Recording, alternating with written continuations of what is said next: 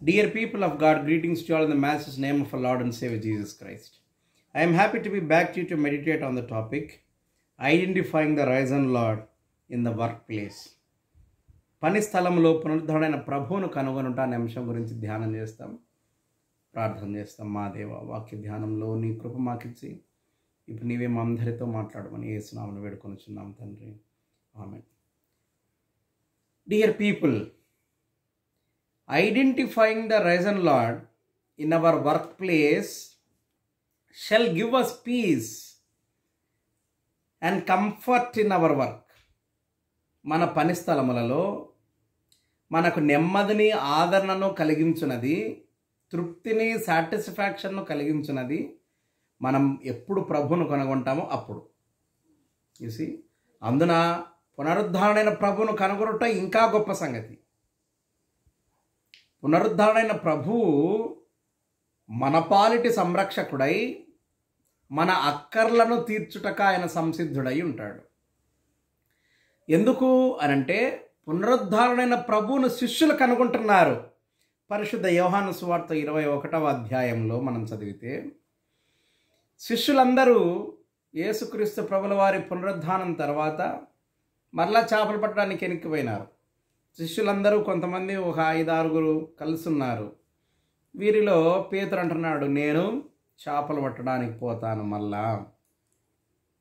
He started to go. And all the other disciples who were around St. Peter, they also followed Peter. They said, we will also follow you. Wait a minute. We will also come along with you to catch the fish. You see? అప్పుడు the Lord appeared to all the disciples, but they could not identify that it was Christ. They did not identify that it was their own Lord who is risen from the death. గ్రహించలేకపోయినారు. యేసు స్వామి వాళ్ళని ఎంత ప్రేమతో సంబోధించారు. The lovely addressing that he gave to the disciples. Dear children, he says, ప్రియమైన పిల్లలారా, తినుటకు మీ వద్ద ఏమన్నా ఉందా? ఏం లేదు.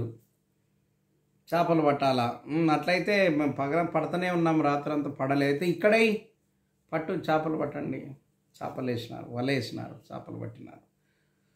పెద్ద విస్తారమైన సంపద, విస్తారమైన చేపల సంపద పడింది. వీళ్ళు ఎంత విస్తారం అంటే వీళ్ళు వలను లాగలేనంత విస్తారంగా పడింది. వెంటనే యేసు ప్రేమించిన శిష్యుడు, మరలా అక్కడ రాయబడి ఉంది పరిశుద్ధ యోహాను సువార్త 21వ అధ్యాయం 7వ వచనంలో, కాబట్టి యేసు ప్రేమించిన శిష్యుడు ఆయన ప్రభు సుమి అని పేతురుతో చెప్పాను. ఆయన ప్రభు అని సీమోను పేతురు విని వస్త్రహీనుడై ఉన్నందున పైబట్ట వేసి సముద్రంలో దూకేసినాడు. He was all with his bare body. And when he has come to know that it was the Lord, he jumped into the waters. దూకేసి అయ్యో ప్రభువా అనుకుంటున్నాడు. మరలా ఇక్కడ యేసు ప్రేమించిన శిష్యుడు, none other than John himself.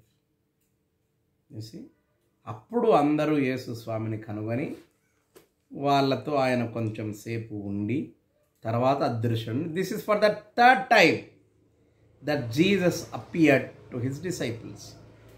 Now John has found that it was Jesus Christ in his work place. వారు పనిచేయుచున్న స్థలములో చేపలు పట్టడం వారి వృత్తి. కానీ క్రీస్తు ప్రభుల వారితో పాటు మనుషులను పట్టు జాలరులుగా పనిచేసినారు 3.5 సుదీర్ఘ సంవత్సరాల కాలం. ఇప్పుడు మళ్ళా అదే చేపలు పట్టడానికి వెళ్ళిపోయినారు.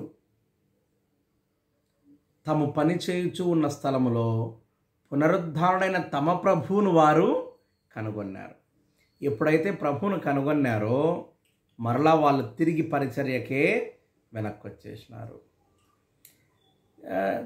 The risen Lord Jesus Christ appearance to his disciples in this seashore could mold them into the ministry once again.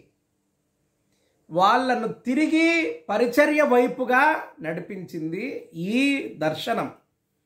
ఈ పునరుద్ధరణ క్రీస్తు ప్రభుల వారు వీళ్లకు ఈ సముద్ర తీరంలో దర్శనం ఇవ్వటం వలన చేపలు పట్టడానికి వెళ్ళిపోయిన శిష్యులు మరలా తిరిగి మౌల్డ్ చేయబడి తిరిగి పరిచర్యలోకి వచ్చేసినారు. That is the power of the risen Lord's appearance. దర్శనం, పునరుద్ధరణ ప్రభు యొక్క దర్శనం వీళ్ళను అట్లా శక్తిమంతులనుగా చేసింది. ఆ తర్వాత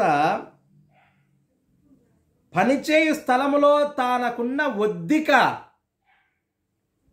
తనకున్న అనుకువ, మర్యాద, వీటి వలన సెక్యూరిటీని సంపాదించుకోగలిగింది రూతు.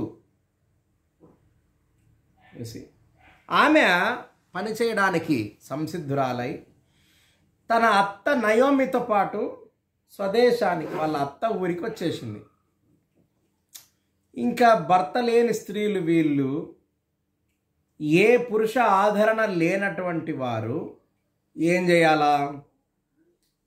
అత్తతో పని చేయించడం ఇష్టం లేక నయోమిని ఇంట్లో పెట్టి రూతమ్మ నయోమితో చెప్పింది, నీవు ఇంట్లోనే ఉండు, నేను ఎవడైనా నా యందు దయ చూపుతాడేమో వాడిని వెతుక్కుంటా పోయి వాని చేనులో కొంత పరిగె ఏరుకొని వస్తాను.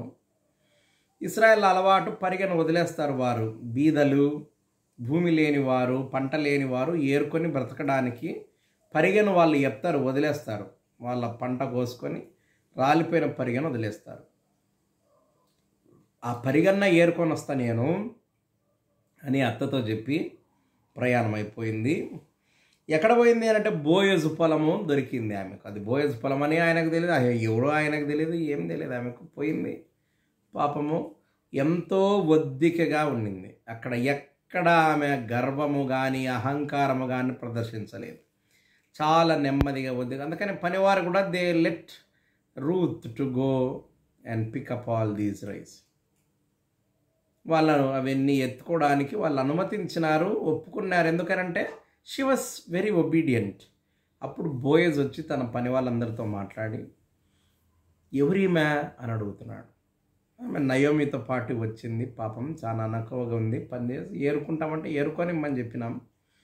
అప్పుడు బోయజ్ రూతుతో మాట్లాడిన మాటలు విందాం. రూతు గ్రంథము 2వ అధ్యాయము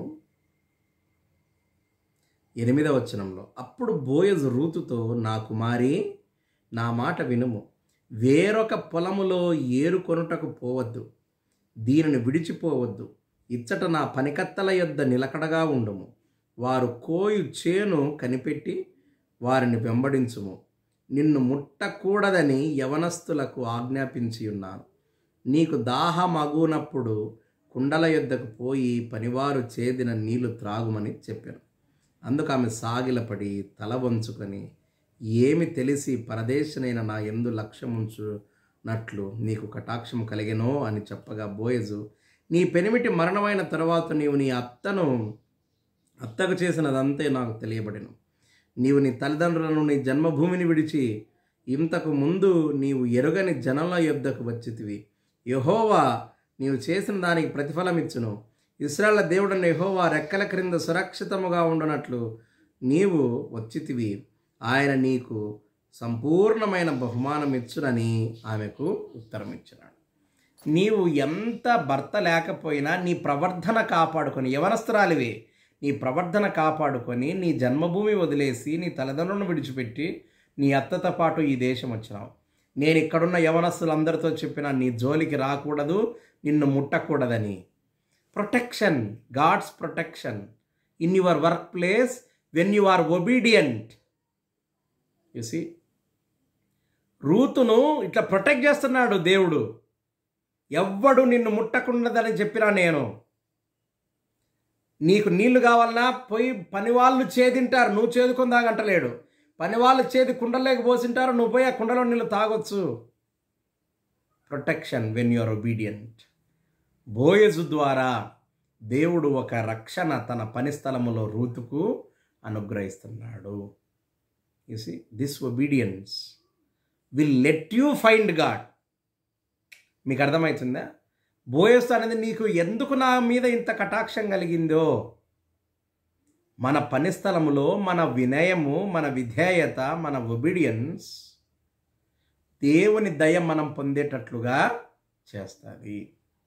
అహంకారయుక్తముగా రూతు ప్రవర్తించి ఉంటే ఈ పేరు సంపాదించుకునేది కాదు, పరులపాలైపోయింది.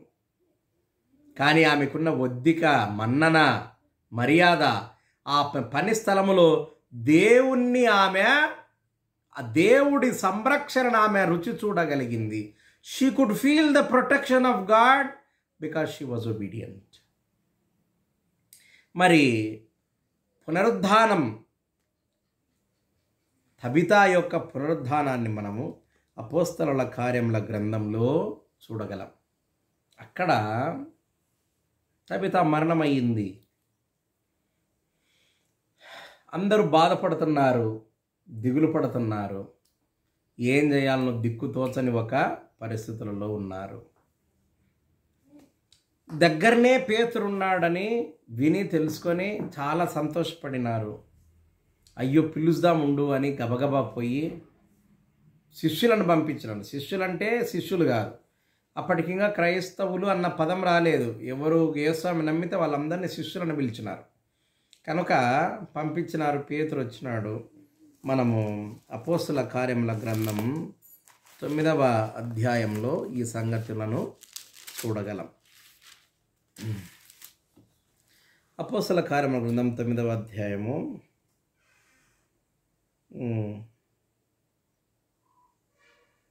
38వ వచనంలో, లుద్దే యొప్పేకు దగ్గరగా ఉండుట చేత పేతురు అక్కడ ఉన్నాడని శిష్యులు విని అతడు తడవు చేయక తమ యొద్దకు రావాలని వేడుకొనుటకు 2 మనుషులను అతని యొద్దకు పంపినారు.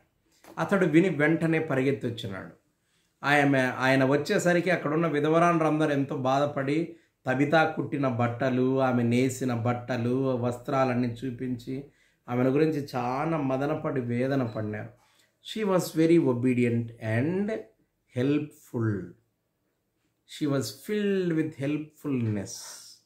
ఇతరులకు ఆమె సహాయం చేసే ఒక మంచి పనికత్తె, అందరి మెప్పు పొందింది. పేతురు బహుశా ఆమె మంచితనాన్నే చూసి ఉండవచ్చు. వెంటనే పేతురు తబితమ్మను పేరు పెట్టి పిలిచి ఆమెను లేపినాడు.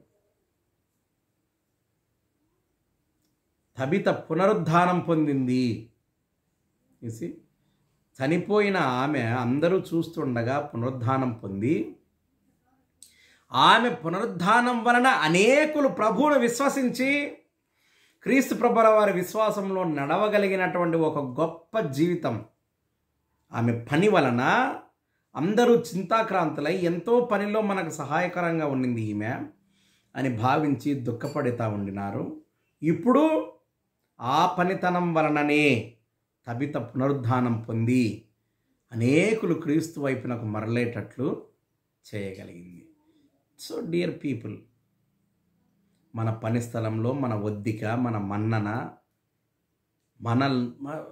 It will reflect Christ.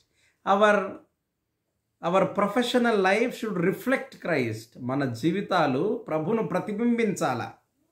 అప్పుడు మనం ఒక గొప్ప దీవెన పొందగలం. అటువంటి కృప పరిశుద్ధాత్మదేవుడు ఇప్పుడు సదాకాలం మనకు దయచేయనుగాక. ఆమెను ప్రార్థన చేస్తాం. మా దేవ, వాక్యం కొరకు స్తోత్రం. వినిన ప్రతి బిడ్డను మీరు ఆశీర్వదించండి. వారికి కావాల్సిన మెండైన మేలు దీవెనలను దయచేయండి. అనారోగ్యంతో బాధపడే వారిని మీ గాయపడిన స్థలతో ముట్టండి. మరొకసారి మేము వాక్యం ధ్యానించరకు నీ కాపుదల మేలు దీవెనలను మాకు ప్రసాదించమని యేసు నామమున వేడుకొనుచున్నాం తండ్రి. ఆమేన్. త్రియేక దేవుని ఇప్పుడు సదాకాలం మీకు తోడుగుండుగాక.